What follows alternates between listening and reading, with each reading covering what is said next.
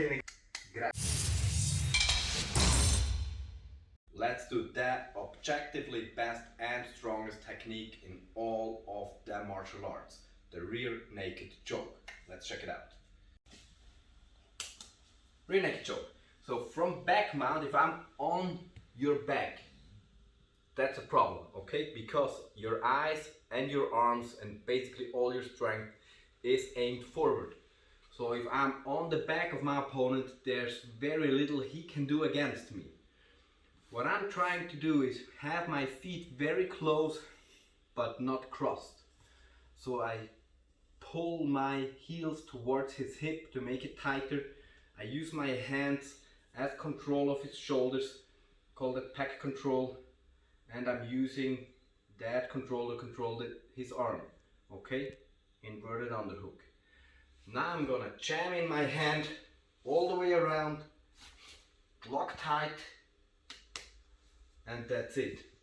So I'm using Ippon Ken again, index finger forward, thumb on top, to insert it behind his jaw, pop, so I can squeeze. Even if he's trying to keep his chin tight, I can squeeze in and around. As soon as I'm around, I grab that kind of ridge on his scapula, on his shoulder plate, okay? I drop my shoulder forward and my elbow in, and I bring my head to the side of my hand and my jaw above my hand, because he would like to grab and pull my hand off his neck with his right hand, exactly. But if my head is here, that's very difficult, okay? Okay, sometimes that's even enough to choke, but that's another topic. Now my hand is in a lot. I pull that one out and I jam it in right below his skull, on the base of his skull. Edge of my hand drops in, pop, that hand raises, pop, elbows tight, hand low, head on top of my hand, elbows together, and just slightly scapular retraction.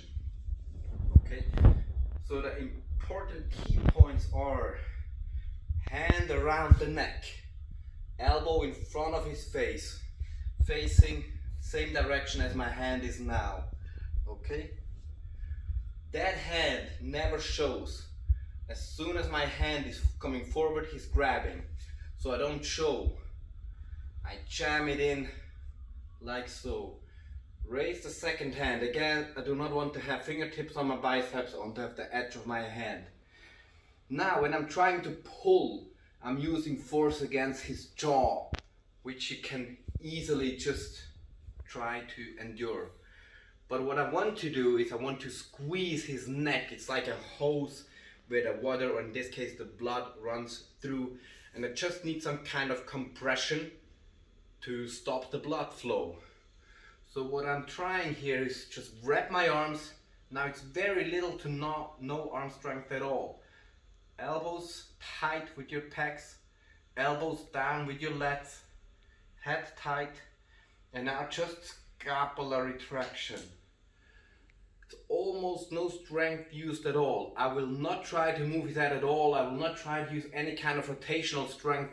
I will just try to block his head with mine, and now use scapular retraction, and it's becoming tight so quick. Again, from that side, boop, Nippon Ken, tabak, hand is in, shoulder ridge.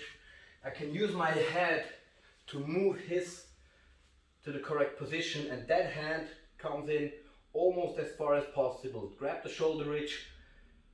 Now I'm hiding my left hand from his grip. It's near impossible for him to try and reach that hand and pull it forward, exactly. Okay, pop. Second hand comes in, base of the skull, move up, elbows tight, elbows down, no biceps force almost at all, just a tiny bit, sorry, tiny bit, and then scapular retraction, back. Okay, so the strongest upper body movement, shrug or scapular retraction, scapula either up or backwards, is by far the strongest upper body movement there is. So I do not try to create a situation where I feel a lot of force, like no, I feel almost none. because the stronger I am, or the stronger position I have, the stronger technique I use, the less force I feel going on. Is that correct? I don't know, maybe. So tight wrap, be tight, sink it in like a vice. It's very important that once I start going, I will only release once he's tapping or napping. So again, last time, that one jams in, boom, pop, pop, tight. That one, out and in again, tack, tight, hand on top, height, those fingers, elbows tight, elbows down, grack, loose. That's it. That's the most powerful technique in martial arts. That's the perfect rear naked choke, and I love it because I thought a lot about the myth of those deadly techniques, and that one, that's it. You're choking somebody. His life is actually, literally in your hands, and you just gotta let go before it's becoming dangerous. So it's a potentially deadly technique. Practice safely and with concern for the safety of your training partners and yourself, and ideally under professional supervision. Hope you like that technique, and see you next time.